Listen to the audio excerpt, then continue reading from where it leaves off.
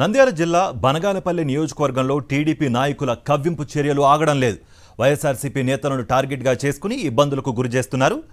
కొలిమిగుండ్ల మండలం కనకాద్రిపల్లెలో వైఎస్ఆర్సీపీ సానుభూతిపరుల ఇండ్లకు మంచినీటి కనెక్షన్ బంద్ చేశారు. ఇదేంటని అడిగిన వారితో గొడవలకు దిగారు.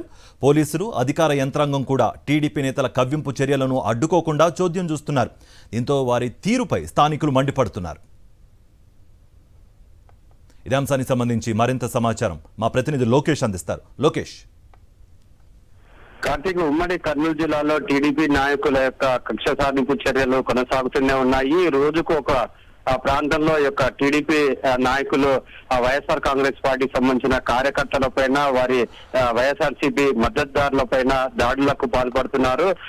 ఈ రోజు చూసుకున్నట్లయితే కొలిమిగుండ్ల మండలం పల్లె గ్రామం సంబంధించిన మంచినీటి కుళాయి కనెక్షన్ ని టీడీపీ నాయకులు అదే పనిగా తమ అధికారాన్ని అడ్డుపెట్టుకుని ఆ యొక్క కుళాయి కనెక్షన్ కట్ చేయడం జరిగింది. దానితో అక్కడ గ్రామస్తులకు నీటి సరఫరా నిలిచిన పరిస్థితి.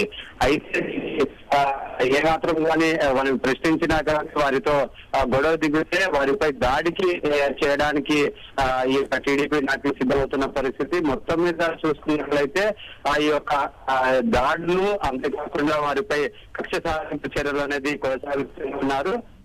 ఇంకా జరుగుతున్నప్పుడు ఇప్పుడు పరిస్థితి వారు హతాశపడుతున్న పరిస్థితి అయితే ఆ ఉమ్మడి కర్నూలు జిల్లాలో కనపడుతుంది. కాబట్టి రైట్ లోకేష్.